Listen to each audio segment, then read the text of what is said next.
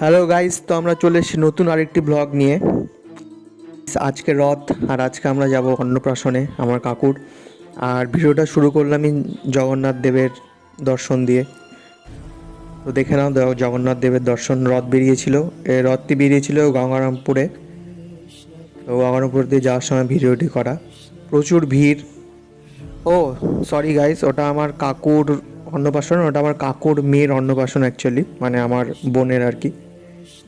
আর সামনে কিন্তু দেখতে পাচ্ছ আমাদের জগন্নাথ দেব বসে আছেন, সবাইকে দেখছে, লোকজনকে, সবাইকে। আর রাস্তায় কিন্তু প্রচণ্ড জ্যাম লেগে গিয়েছিল, কারণ খুব ভিড়, গাড়ি ঘোড়া চলাচলের একটা অসুবিধা, অনেক লোকজন ছিল। জাস্ট দেখো একবার ভিড়টা।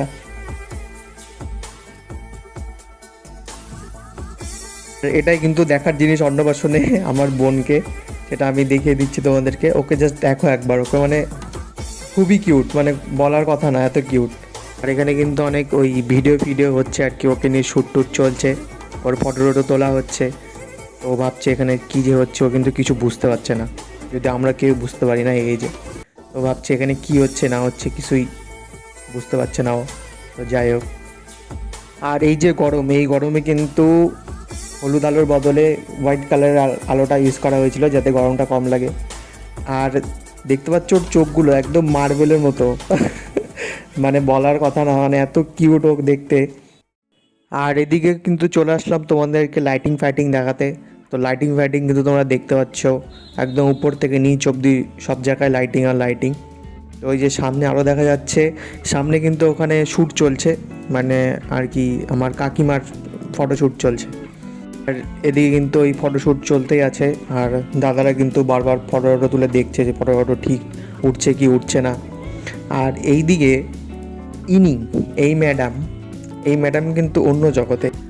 ওর কিন্তু ওই চশমাটা চাই। দাও দাও দাও, চশমাটা দাও, চশমা দাও দাও দাও, চশমাটা না, একটু দেখে নিই, একটু পোজ দিয়ে নিই, আবার ছবি টবি তুলতে হবে।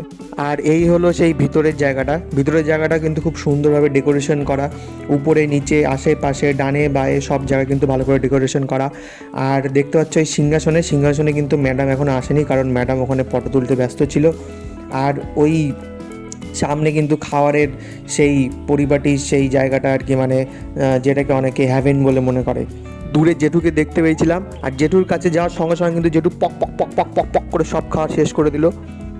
এখানে কিন্তু দেখতে পাচ্ছ অনেক রকমের খাওয়ার আইটেম, যেরকম পাবদা মাছ, সরষা পাবদা মাছ, তারপরে হচ্ছে মিষ্টি, স্যালাড ফ্যালাড রাখা, রাইস ফাইস। আর এদিকে হচ্ছে আমাদের ওই দিকে বলতে ওই ক্যামেরাটা ঘুরছিল না, যাই হোক। তো ক্যামেরাটা ঘোরার পর দেখতেই পাচ্ছ এখানে কিন্তু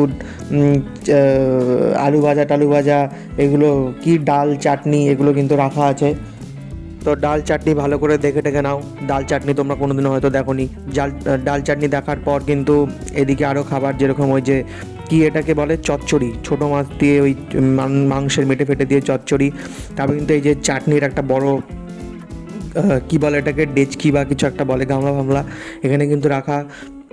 তারপরে কিন্তু এখানে ওই মাছ, দু রকমের মাছ, রুই কাতলা। তারপরে হচ্ছে একদিকে মাংস কিন্তু একদম দারুণ, তেল কম দেওয়া, ভালো মাংস। তারপর আমরা এখান থেকে বেরিয়ে একটা ভয়ঙ্কর জায়গায় পৌঁছে গেলাম।